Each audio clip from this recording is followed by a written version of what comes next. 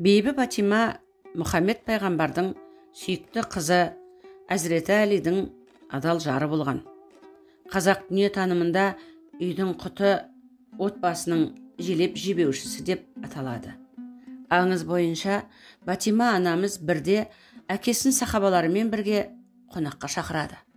Ол кезде Батима ер Әлидің адал қосағы екен. Дастарханын жайнатып, аяғынан түк тұрып қызмет көрсетеді. Ешкімнің көңілін қалдырмайды. Бала демей, шаға демей, кішкене сәбилерді де риза қылып, көңілін табады. Ер Әлидің осы тойда мерейі үстем болыпты деседі. Барлық сахаба Батиманың қызметіне сүйсінеді. Пайғамбардың да қызына ерекше назары түседі. Мұны Батима анамыз іштей байқап қойыпты. Той тарқауға жақындап, пайғамбар қолын жайып, дастарханға бата бермек болады.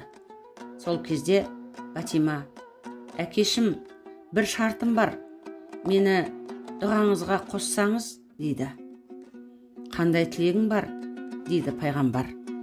«Үмбетіңіздің ошағының қасынан, бесігінің басынан табылайын, әрқашан қызметіңде болайын», дейді. Пайғамбар солай деп бата беріпті. Тәңірі оның дұғасын қабыл етеді.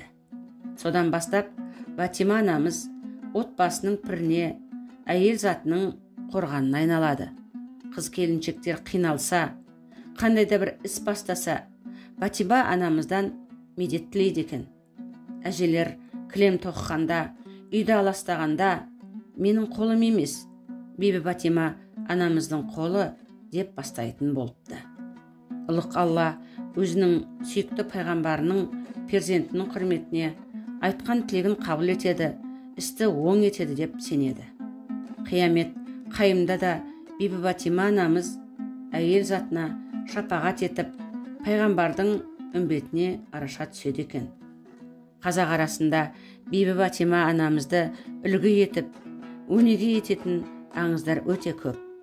Күні бүгінге дейін оның атын атап, рухына тағзым етіп, іс бастайтын дәстүр үзілмеген.